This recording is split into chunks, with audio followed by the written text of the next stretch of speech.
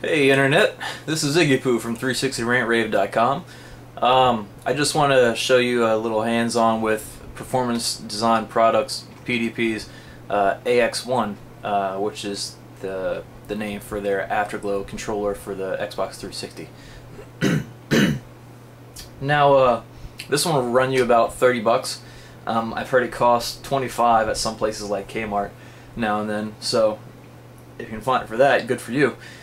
But it's a wired controller, so you know that's one reason why it's cheaper. Another, it's licensed for Microsoft, but obviously it isn't theirs, so that's another dealio. It's a fairly long cord, and it is detachable, like the other controllers that are wired. So in the event that someone comes along and stumbles over it, it'll snap off harmlessly, so you don't have to beat them to death for breaking your 360. A couple of differences here. I'll compare the new stock controller for the Xbox 360 Slim or Valhalla or whatever you want to call it, which is right here. As you can see, they switched, instead of the black and gray scheme, it's all black, chromed out guide button. This is my chargeable battery, so don't worry about that. That is not stock. So one of the first things you might notice when you get your hands on, might not, if you check out the side, it's fairly streamlined. That's Microsoft's thing. But there's more of a grip, more to hang on to here. It's very pronounced at the bottom for PDP's Afterglow controller. So that might be a good thing, might be a bad thing, depending on who you are. Another thing is that the guide button for PDP's controller is flatter.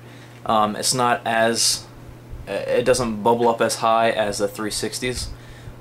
So it may be harder to get a hold of on the fly, but personally I don't think you're going to need it that badly in the middle of battle or anything like that. So another personal thing. The back and start buttons have changed to more to longer oval designs here, I guess, and they've moved up a little higher than the stock 360 controllers. See how they're to the side, the direct left and right of the guide button. They're raised on the Afterglow controller. So it may take a little getting used to, but I don't think it's that bad, especially since they come up higher now. They're located higher on the controller, yeah, but they're more pronounced, so it's easier to find without looking at the controller, I think. Something else here is that, I don't know if you can hear it, it's tighter. All in all, there's more resistance with Afterglow's controller. Can be good or bad. Let's see, it's a little smoother, a little looser on the stock 360 controller. So that's another thing. It can be good in certain games, but in other games like first-person shooters,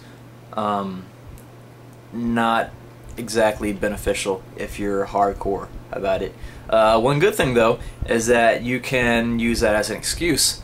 I've seen some Modern Warfare 2 players showing the Afterglow controller, how it works out in game. Their sights tend to twitch around a little bit because it is a stiffer control. So you have to it provides more kickback, more resistance. So it is tighter. You have to push a little more, so your sights might be jumping around. It doesn't have the smoother transition of the 360 stock controller. In some games it might be good. In other games where precision absolutely matters, for like first-person shooters, not that great. I'm going to have a video of Battlefield Bad Company 2, so you can see what I'm talking about. And I'm also going to play Super Street Fighter 4 on a separate video, so you can see the D-pad, how responsive it is, because that's one of the main issues raised by potential buyers. So it has the rumble feature, which comes into play in a minute. I'll tell you about it. It's clear. You can see the circuit board, all that jazz. Afterglow pimping it out back here. They have 3 different settings.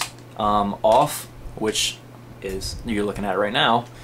On, which has the controller constantly lit, and active, which is pretty cool because it lights up whenever your controller would vibrate using the built-in vibration. Now some people complain about it because it's a distraction. Oh, this and that. It lights up because it's fairly bright. So if you have it on active, it lights up at unexpected occasions, distracting you. I'm sorry, I'm going to debunk that because I frankly look at it as a positive. In this way, I can play loud games with lower volume or no volume, say if someone's sleeping nearby or I don't want to, you know, disrupt anybody, and I'll still have the vibration and the light up feedback telling me when things are going on around me, when my shots are going off, when I'm getting hit, specifically when I'm getting hit. So that's a plus for me.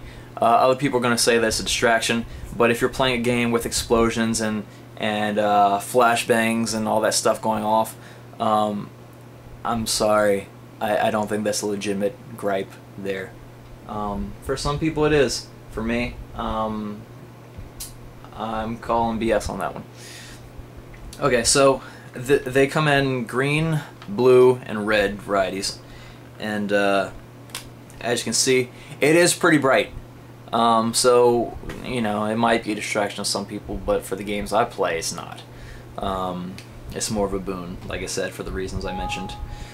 And one thing I do have to complain about. I don't want to complain about it, but I have to.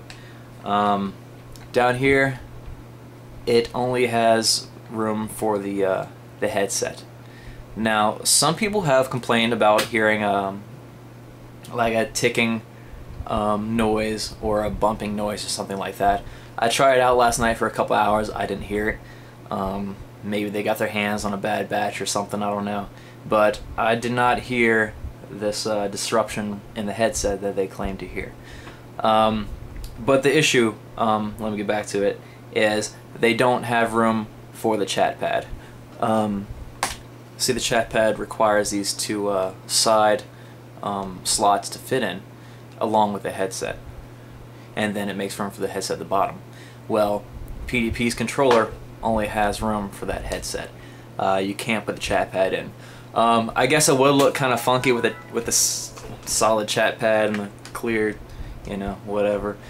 But as someone who just recently invested in the chat pad after like a year of not using it, it's a bit of a setback.